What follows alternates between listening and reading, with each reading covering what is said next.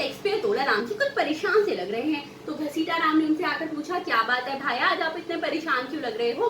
तो तोला राम ने बताया है कि जो मैंने इनकम टैक्स रिटर्न फाइल की थी, वो फाइल करते टाइम मुझसे कुछ बहुत बड़ी गलतियां हो गई हैं, और अब गलतियां हुई हैं तो मुझे स्क्रूटनी असेसमेंट के नोटिस का डर भी लग रहा है। और स्क्रूटनी असेसमेंट मतलब बार बार इनकम टैक्स डिपार्टमेंट के चक्कर लगाने, अपना इतना सारा लोड बढ़ाना, ऊपर से वो जो एरिया का ऑफिसर है उससे मेरी बनती भी नहीं है, तो अब वो हरासमेंट भी जरूर करेगा। तो घसीटा राम ने कहा कि क्या बात है भाया, आपने पिछले हफ्ते जो 13 अगस्त 13 अगस्त को मोदी जी ने स्पीच दी थी वो सुनी नहीं क्या? वो ले आए हैं अब ट्रांसपेरेंट टैक्सेशन की स्कीम, उसमें है फेसलेस असेसमेंट।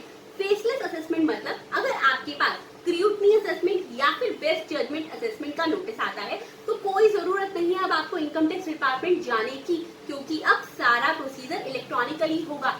आपको क्या करना है, उस नोटिस का रिप्लाई इलेक्ट्रॉनिकली करना है। इनकम टैक्स डिपार्टमेंट तो एक बार भी नहीं जाना। और ऊपर से जो बात रही वो एरिया के ऑफिसर वाली, तो इसका भी समाधान मोदी जी ले आए हैं। मोदी जी ने बोल दिया है कि फेसलेस असेसमेंट में आपकी जो असेसमेंट है वो आपके एरिया का ऑफिसर नहीं करेगा, किसी भी रीजन का किसी भी एरिया का ऑफिसर करेगा, डेजिग्नेटेड ऑफिसर करेगा, आपके एरिया का ऑफिसर नहीं करेगा। तो आप ये हरासमेंट वाली बात भी भूल जाइए। अब तोलाराम जी तो बड़े खुश हो गए, लेकिन ये क्या, तोलाराम जी तो फिर से परेशान हो गए। अब फिर पूछा गया क्या बात है भाया, तो उन्होंने कहा असेसमेंट तो ठीक है, फेसलेस हो गई, लेकिन अगर उस असेसमेंट का ऑर्डर कुछ ऐसा आता है जो मुझे सही नहीं लगा, मुझे अपील करनी है, तो अपील के लिए तो फिर से इनकम टैक्स डिपार्टमेंट जाना होगा। और जो वो ऑफिसर है वो तो बड़ा ही करप्ट ऑफिसर है हमारे एरिया का, वो तो अच्छा खासा चाय पानी भी लेगा।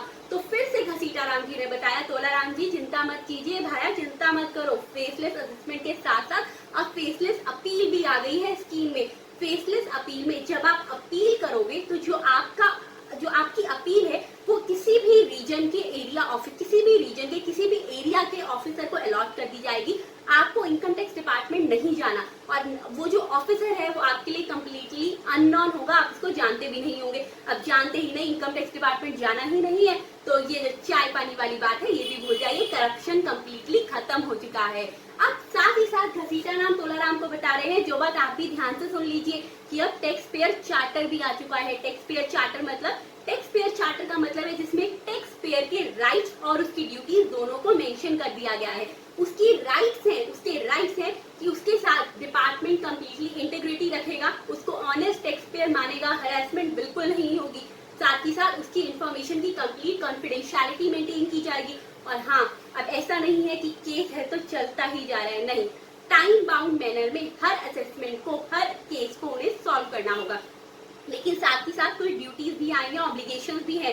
ड्यूटीज है कि आप कंप्लीट इन्फॉर्मेशन अपनी टाइमली डिपार्टमेंट को प्रोवाइड कीजिए, इनकम टैक्स रिटर्न कंप्लीटली अपनी फाइल कीजिए, अच्छे से फाइल कीजिए, बिना किसी टैक्स इवेजन के फाइल कीजिए। और हाँ, अगर डिपार्टमेंट से कोई इंक्वायरी आती है तो उनको टाइम बाउंड मैनर में उसका रिप्लाई कीजिए। लेकिन तोलाराम जी एक बात और सुन लीजिए जो बहुत जरूरी है, फेसलेस असेसमेंट और टैक्स पेयर चार्टर तो 13 अगस्त से ही एप्लीकेबल अवेलेबल हो चुका है, लेकिन ये जो फेसलेस अपील की स्कीम है ये अवेलेबल होगी 25 सितंबर, कमिंग 25 सितंबर से।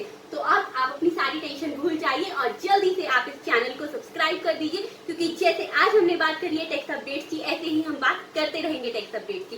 And if you like this video so please share it, comment it, and please share it with your friends also. Thank you and have a nice